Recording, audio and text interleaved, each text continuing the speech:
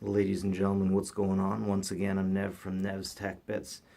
Today I want to talk about the change, the way things are going in the computer industry, and how they're definitely vastly different from the way they are before. I'm having one of those moments where things are all connecting together, and I finally kind of see a broader picture now.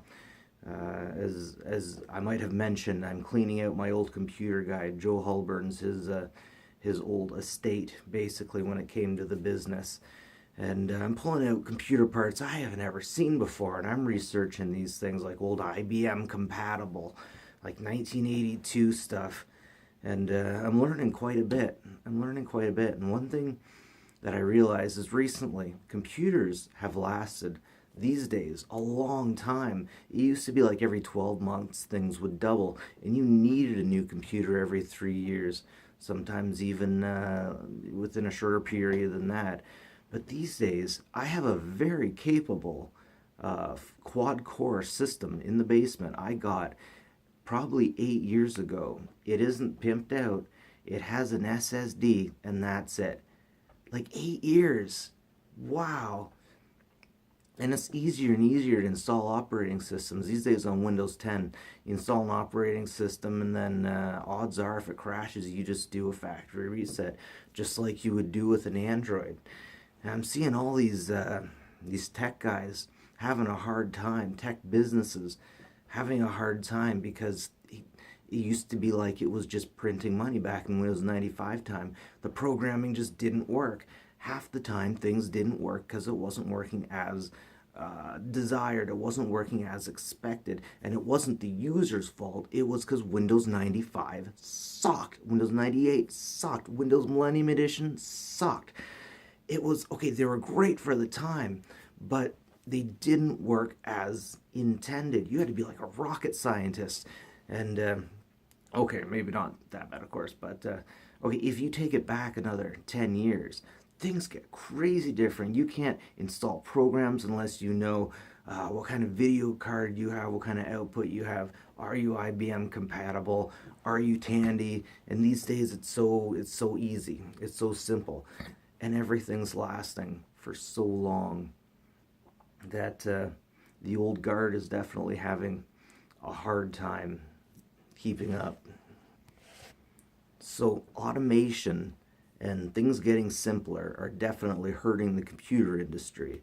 But as these automations kind of go forward, it's not just the computer industry that's being hurt from this. The auto industry. There's so many sensors on cars these days. I just learned that it used to be all about timing, and these days it's all about sensors telling things when to do things. It's like imagine having a real watch that instead of ticking with gears had sensors in them to tell the other gear to move, to tell the other thing to move, to tell the other thing. It just doesn't seem right. It doesn't seem it's like where's the romance in that?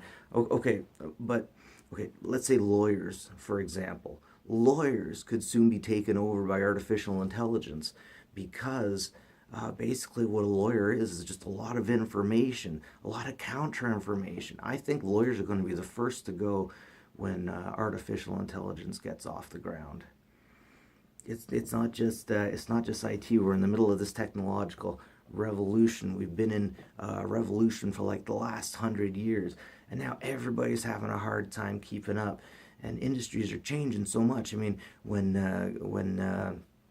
VoIP came out, Voice over Internet Protocol. Before that, there used to be people that were very well educated to run telephone systems, trunk lines. You get a place, if you have a business that has like 1,000 people in it, you probably have to have someone to figure out what lines go where. And then overnight, VoIP comes in, and these people just lose their job. Yeah, it's going to happen with tech guys, and it's going to happen with the lower first. And I think the only people that will be safe are the programmers. But then again, you can outsource programming too. But we got to keep on top of this stuff as tech people. But the thing is, things are lasting longer. They're working better. You don't have to see your tech guy so much. Everything's changing. It definitely is getting harder for the tech guy. Okay, for an example, look at this thing. I think this thing's from 1982, and it is an old IBM compatible hard drive. Yes, this is a hard disk. Now, what I found out about it recently when I was researching it is in order to use this, you had to know where the error sectors are, and a sector is a piece of the spinning. Okay, so basically what this is, you get a disk here turning and an arm that reads it. And one little bit of that disk is going to be bad. And you have to tell the computer what sector that is. So with a pen and paper, right here, you would list the error maps. The error maps. So these things came from the factory with errors on them. And you had to tell the computer every sector. These days, if you got a hard drive that had a bad sector, you'd send that stuff back. You wouldn't even touch that. You wouldn't need to know any of these numbers. You wouldn't need to know any of those things. Now, these days, you slam a hard drive in a computer and it picks it up. Unless it needs to be formatted. But something like this, you had to tell the computer what to do. It just changes so fast. And the people who, like Joe, the people before me, had a hell of a lot they had to learn. A hell of a lot they had to learn.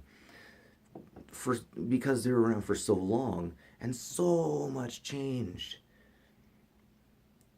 But it's funny, I see so many computer guys at that age just get to a point where they just stop.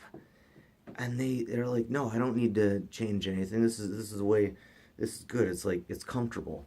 So I'm okay with it. So it's good. But like, if you don't keep moving, then things aren't going to work out for you too much.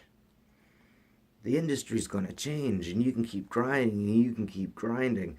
Sometimes it's just good to kind of change gears, apparently. Well, anyway you look at it, the future's going to be interesting, and I hope to be there to see it. I can't wait to see what the future holds. Catch you guys later.